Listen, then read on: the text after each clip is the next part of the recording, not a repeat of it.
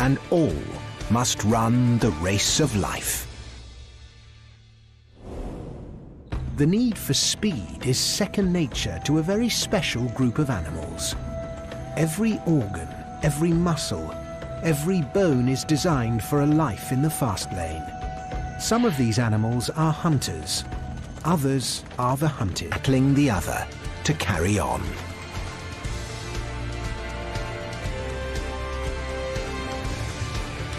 And all must run the race of life. The need for speed is second nature to a very special group of animals. Every organ, every muscle, every bone is designed for a life in the fast lane. Some of these animals are hunters, others are the hunted. Many move in vast numbers, a sea of speeding bodies. Some supreme sprinters are birds. What they have lost in their wings, they make up for with their incredible legs and amazing endurance. Not all athletes of the animal world are large. One 8-legged high-speed mover is more like a racing car than a spider. Some creatures roll, some run, but one of the best of them all bounces. With strong muscles and strong legs, the leap is one of the most effective means to cover ground quickly, from big cats to antelope, from big birds to spiders. This is a high-octane fight to survive. Life for some is literally a race. To stay alive, they have to run the fastest. They have to keep running for the longest, and they must have some extra tricks.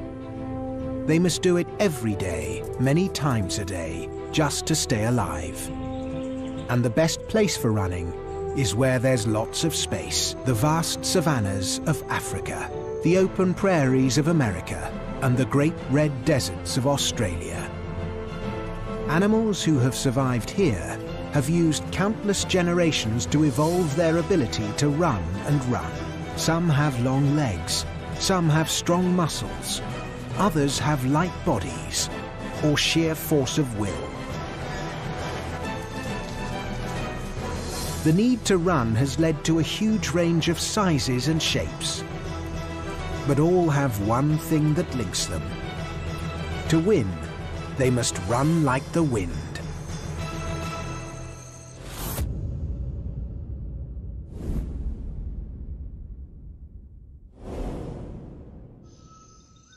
One gold medal sprinter is way ahead of the rest. Every detail of his body is built for speed. The cheetah. These big cats live where competition for predator and prey is at its most intense.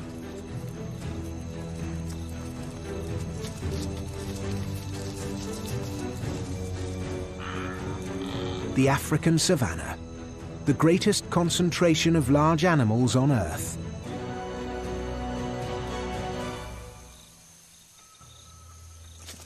The herds here contain almost 2 million wildebeest, zebra and gazelle. And this is the big cat that can outrun them all. He is slim and light, with long legs built for sprinting. A lone male is hungry. He needs to eat about 3 kilos of food every day, and today he has been out of luck. Then, a herd of Thompson's gazelle. The cheetah needs to get very close to the gazelles before he reveals himself. Creeping through the grass in silence. The cheetah is completely focused on his target. The gazelle senses something is wrong.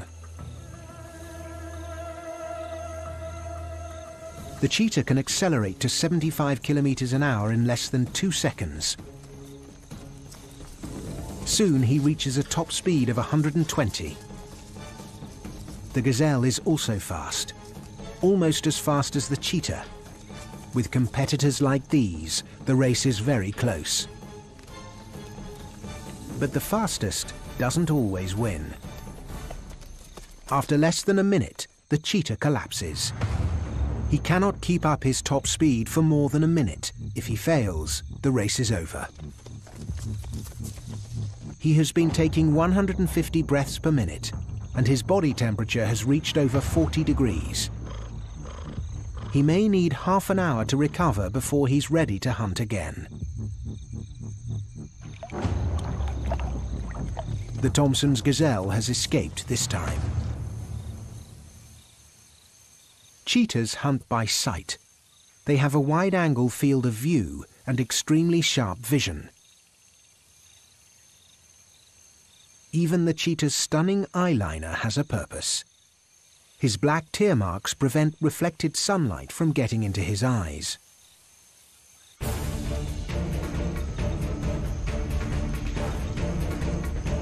The Thompson's gazelle. He needs to get within 30 meters.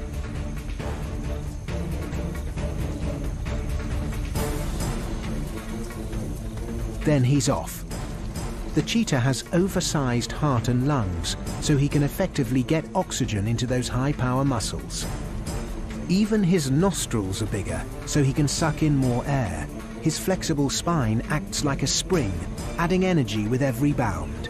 His long tail is a rudder, so he can make sharp turns in the chase.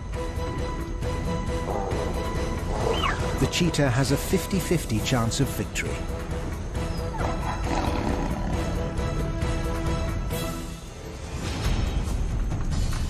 Cheetahs kill by suffocating the prey with a firm bite on the neck. The cheetah gets a meal. He lives to race another day.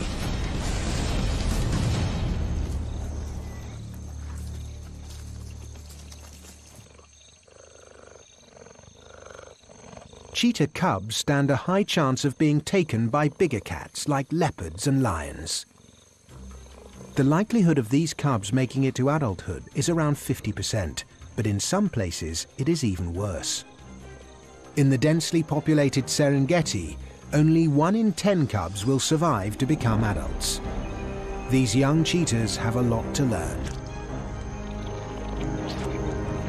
The mother will remain with them to teach them everything she knows.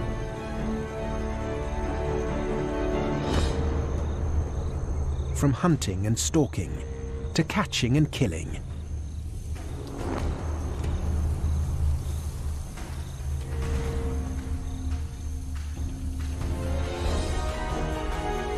After 18 months, the female leaves her cubs. Now it's up to them to run the daily high-speed races to survive. Belong to the same group. The antelope. One of the most successful herbivores on Earth. There are 91 species, size from 800 kilos to 2 kilos. Antelopes can be found in Asia and the Middle East, but most live in Africa. The shaggy beard of a goat, stripes an hour, but sometimes all these companions can be a disadvantage. A herd this size will quickly graze away all the available grass. They need to keep eating, so they must face a dangerous migration in search of the key to getting across alive.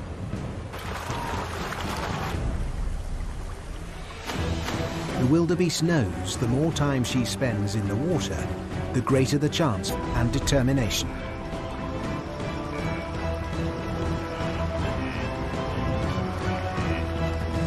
She's done it. An incredible escape, but she must cross this river twice a year. If she is strong enough, fast enough, smart enough, she will survive the crossing many more times to come. Meet the fussy eater of the plains, the topee. These gazelles have developed a long muzzle and sensitive lips to forage among the long grass for young new shoots. But there's a huge advantage to this picky eating habit. This topee gets so much water from his food, he doesn't need to drink. In an environment where drought is common, he survives by not needing rivers and waterholes to live. And when he needs to run, he can really run. Topis can flee from predators at 70 kilometers an hour. The movie star of the antelopes has played a leading role in almost every African wildlife film. He's handsome, sometimes the victim, and always the athlete. The Thomson's gazelle. They prefer to eat short grass, so they follow the large herbivores who remove the longer grass. They are born ready to run. But these graceful animals are the preferred prey of the cheetah. The cheetah can outrun the gazelle, but the Tommy has a clever bag of escape tricks. Thomson's gazelles can turn faster than a cheetah. They can leap higher, and they can run for longer. Despite his delicate appearance, the Thomson's gazelle has an even chance of outrunning its predators. The second fastest animal on four legs is the last of his kind, pronghorns. These beautiful herds were nearly wiped out in North America. They're not technically antelopes, as they have a different horn structure, but they fill the same ecological niche, and they can really run. These impressive animals can reach speeds over 80 kilometers an hour, and they're exceptional at endurance. The herd must migrate 500 kilometers every year to survive. Pronghorns are well equipped for running. They have a large windpipe, heart and lungs, and they can outrun all the American predators, wolves, bobcats and cougars. This is a supreme racer running to survive in North America.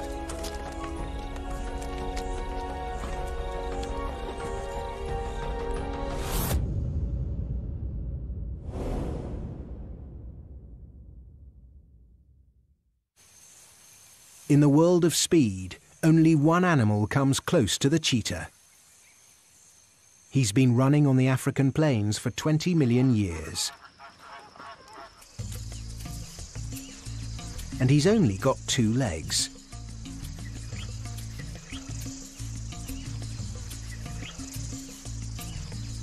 The ostrich. The world's biggest bird is not able to fly, but he can run like the wind.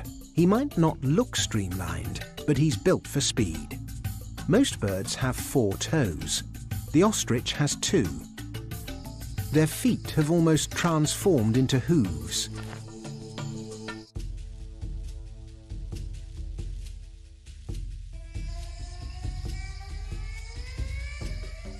Ostriches weigh over 100 kilos. Sustaining a body like this takes a lot of food. Ostriches eat fruit, seeds and grass, but they will often take a grasshopper or other insect for some extra protein.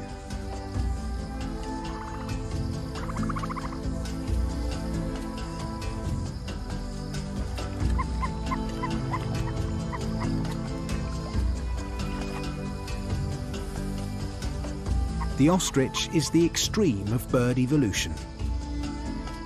He may not be able to fly, but of all the birds, he runs the fastest race.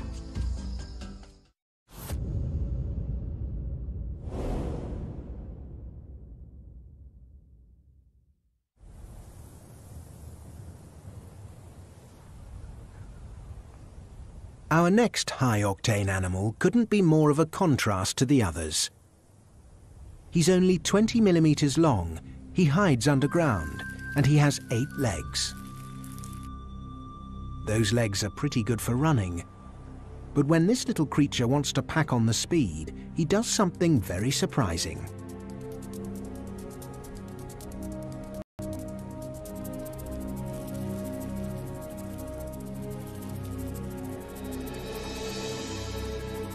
The golden wheel spider is the only creature in the world that actually turns itself into a wheel to get out of trouble.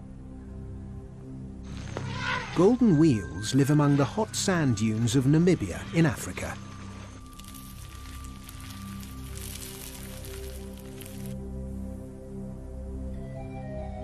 They don't build webs, so the only option is to go out hunting. This one is on the lookout for juicy insects. But it will be a challenging day. A pompilid wasp is looking for somewhere to lay her egg, but not just anywhere. Somewhere safe from predators and close to a generous supply of food. The golden wheel spider. The wasp is trying to lay her egg inside the spider. If successful, she will bury the living spider, and her larva will hatch inside and eat the spider alive. But first, she must sting the spider, and the spider is not about to cooperate. He needs to get away fast. The golden wheel tucks his legs into a wheel shape, and off he goes. He's speeding down the dune at 1 meter per second. His body is spinning at 20 times a second. It's a dizzying experience. But the wasp is left behind. She must find another victim for her living nursery. And the spider has escaped a gruesome death. Golden wheel spiders do have a venomous bite, but it is not harmful to humans. Their main defense is to hide in a deep burrow, far from predatory wasps. The burrow might be 50 centimeters deep, so this spider has to shift a lot of sand. He will end up moving massive amounts of material in order to build a safe home.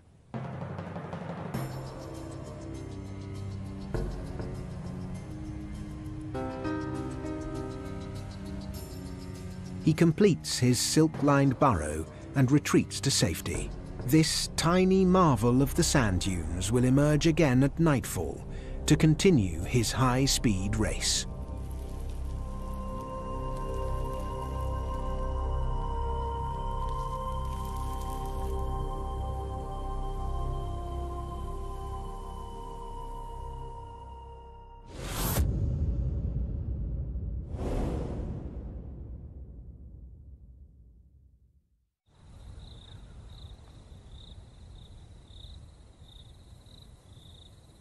The Australian desert is home to another gold medal runner of the animal world.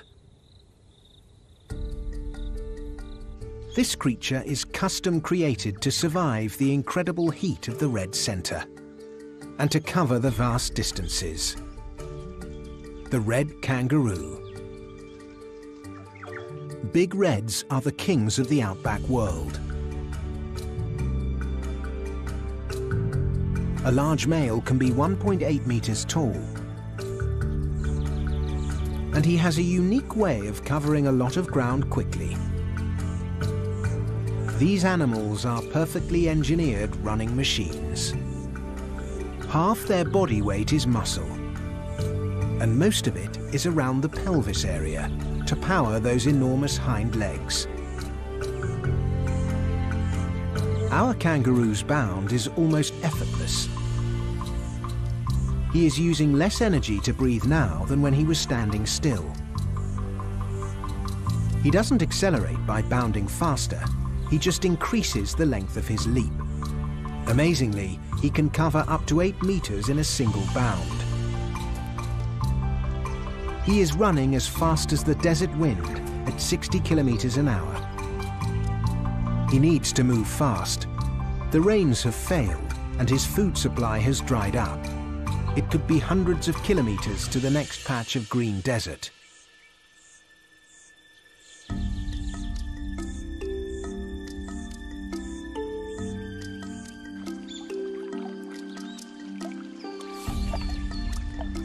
Finally, food and water. But other animals are also after a meal. A single dingo won't attack a full-grown red kangaroo, but a hungry pack will give it a go.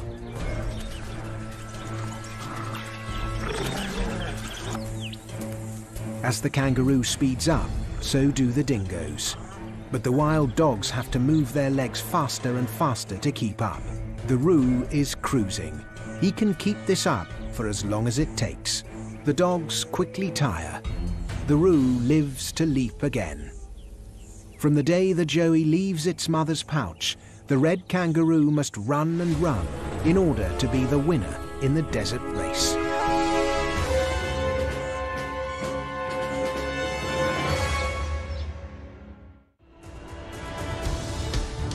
At the top of the athletic table, the speedsters are truly breathtaking.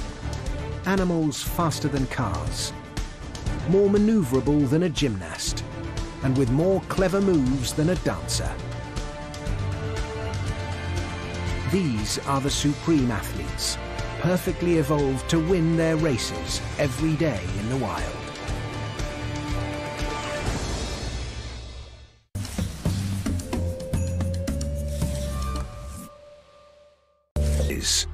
A new day begins. There are the prey who strive to evade, grow stronger, and outlive the next attack.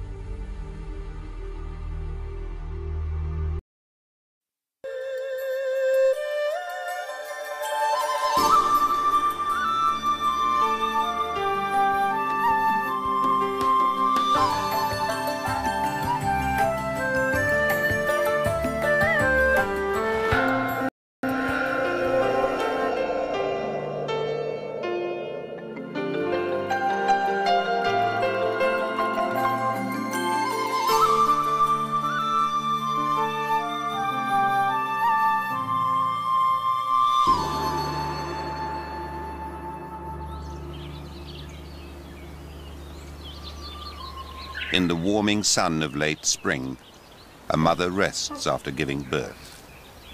Her new daughter is only 6 hours old. But their rest will be brief, for they belong to a troop of the northernmost monkeys on Earth, always on the move through the temperate forest that is their home.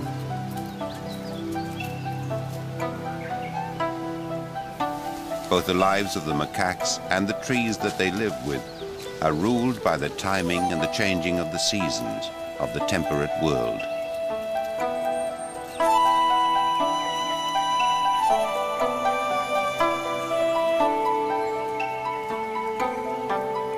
Much of Asia is covered by the temperate forests that stretch from the foothills of the Himalaya to the islands of Japan. These forests lie in a broad band between the frozen wastes of the Arctic and the humid tropical forests far to the south. There are two kinds of temperate forests, those that remain evergreen and the deciduous forests, where the changing seasons are clearly seen. As the earth swings closer to the sun and then away again, the plants and the animals of the temperate forests are exposed to all the climate's extremes.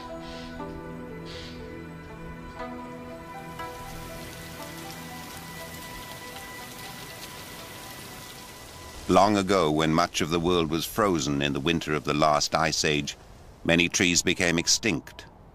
But some of Eastern Asia escaped this ice, and there the temperate forests now contain a greater number of tree species than in the rest of the continent. In Japan, these forests still cover vast areas of her mountains.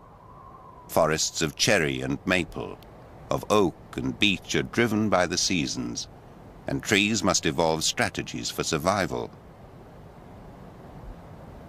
In northern Japan, beech trees dominate the forest. They've evolved a strategy of living long, growing taller than the other trees, and reacting quickly to the lengthening days of spring. Beech trees are amongst the earliest to bud, amongst the first to flower, to be pollinated by the wind, and the first to send out leaves to claim the energy-giving light before it reaches the forest floor. But rather than trying to compete for light against the taller trees, one extraordinary plant steals a march on the rest of the forest by following a timetable of its own. The few Japanese who know this plant call it naniwazu. Instead of shedding its leaves in autumn, naniwazu keeps them green. They're ready as soon as spring comes to take in sunlight while the canopy overhead is still open. Its precocious flowers attract the first pollen-bearing insects of the season. By breaking the rules of the seasons, naniwazu knows its own summer, while other plants have just begun to grow their spring leaves.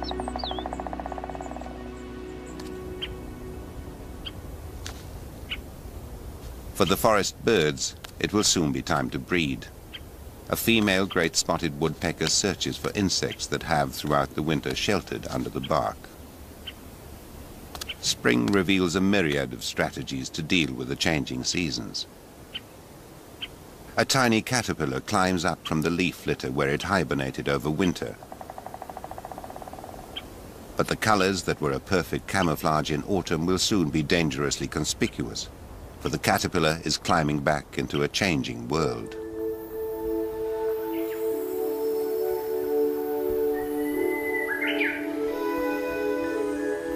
To survive, the caterpillar must follow suit.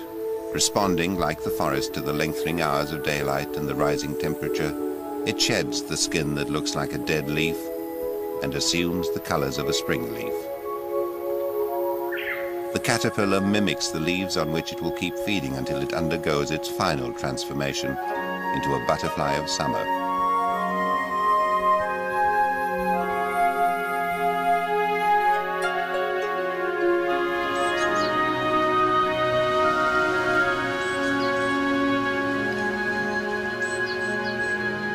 All through the forest, trees are exploding into flower. After the long winter months, spring is a time when Japanese macaques make the most of the forest's bounty. Macaques are perhaps the most adaptable of all monkeys. They've colonized many parts of Asia, from the tropics to the temperate forests, adapting and changing as they went. They first arrived in Japan perhaps 500,000 years ago.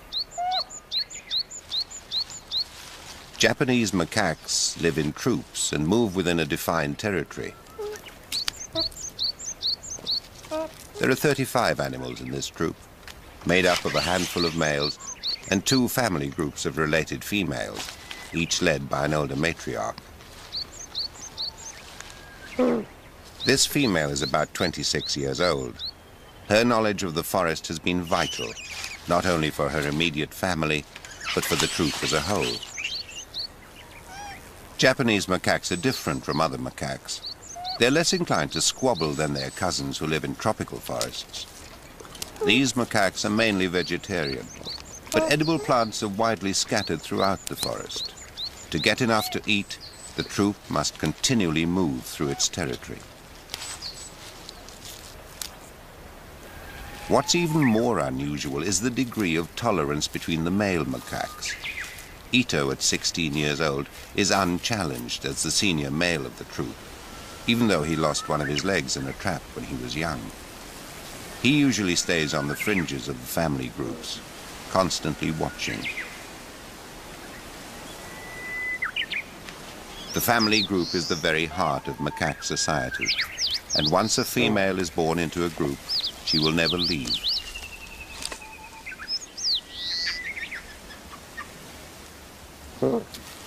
Young males, however, will leave when they're around 5 years old. They will roam the forest, either living a solitary life or in small bachelor groups, before attempting to join another troop with females. In this troop, as well as Ito, there are 2 other big males. Konzui is 15. Like Ito, he never takes his eyes off the females.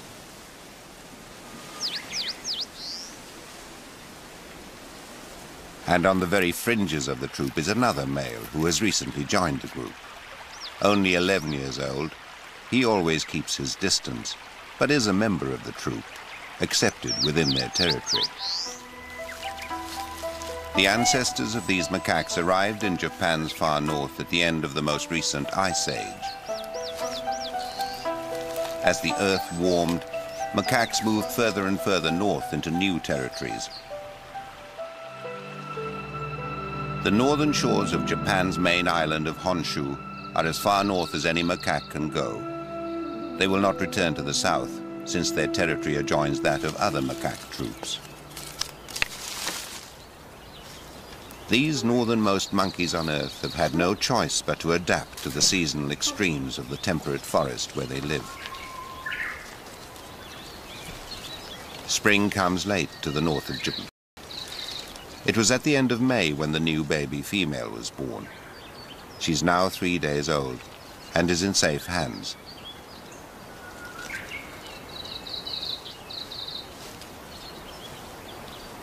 Macaques give birth only to a single infant at a time. A mother couldn't carry or care for more than one. Babies are born at the time that gives them the best chance of growing strong and independent before winter.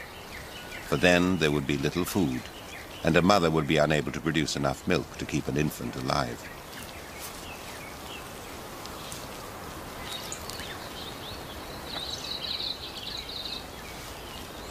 In the gentle spring sun, the baby explores the warm world that is her mother.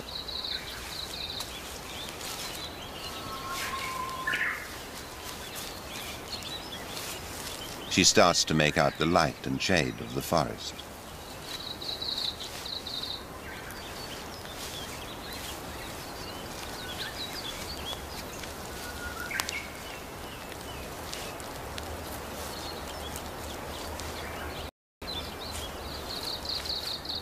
She has been born with a strong instinct to grasp and strong hands to do so. For almost from the moment of birth, she must be able to cling to her mother as she moves through the forest with the rest of the troop. As the females move on, sometimes calling softly to each other, Ito follows. He may be the oldest male, but he's not the leader of the troop. In fact, they have no leader.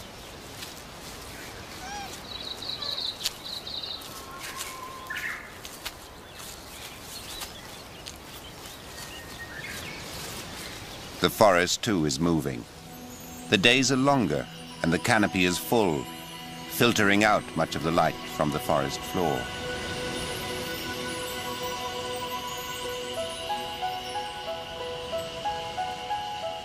So, for the out-of-step Nanny Wazoo, it's time to down.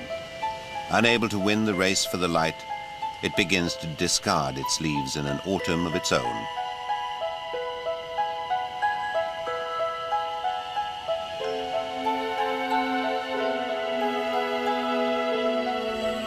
But the rest of the forest is reacting to the sun that is rising ever higher in the sky. On the rich spring leaves of a hackberry tree, the caterpillar that emerged from the leaf litter has grown large and plump. Triggered by a combination of the rising temperature and its own internal body clock, it nears the end of one phase of its life and begins to discard a skin it no longer needs.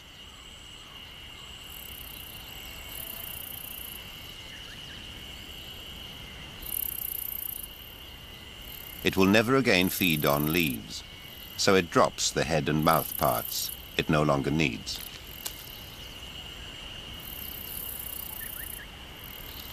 Inside the hardening outer case of the pupa, the body will undergo an amazing transformation, the timing of which is crucial.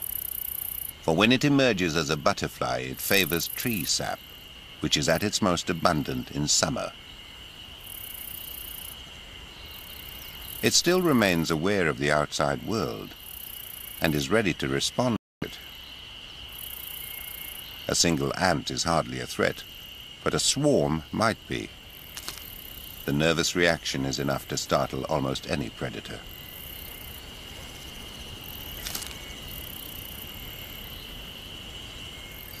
After 2 weeks, a butterfly emerges. It's a female. The males have already appeared and established their territories.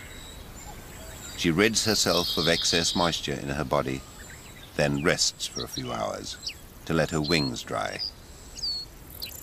And she's ready to find a mate in the summer forest.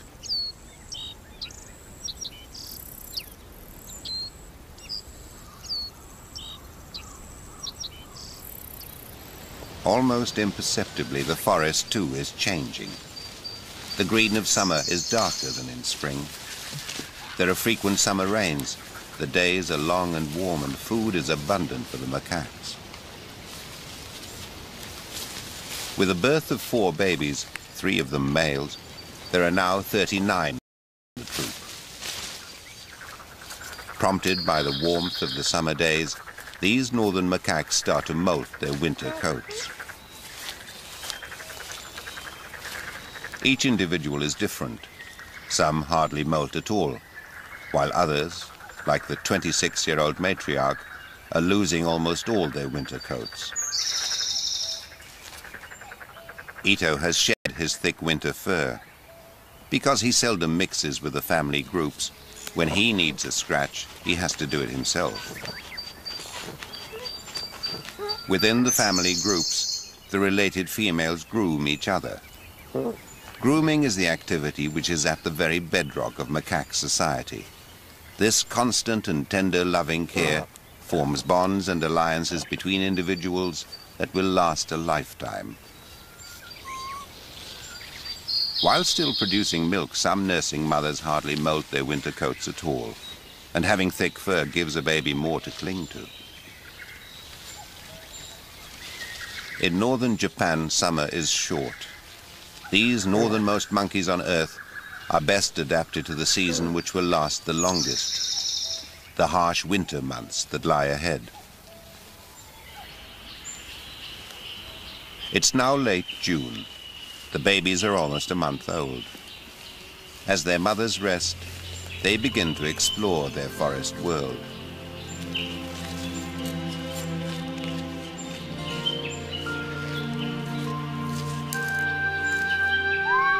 But the last to be born, a baby boy, is still not keen to stray from his mother.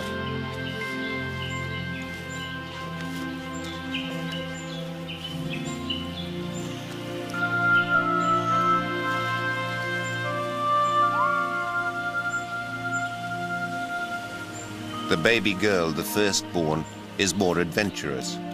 She's already climbing up into the forest. It's a new world, full of wonders.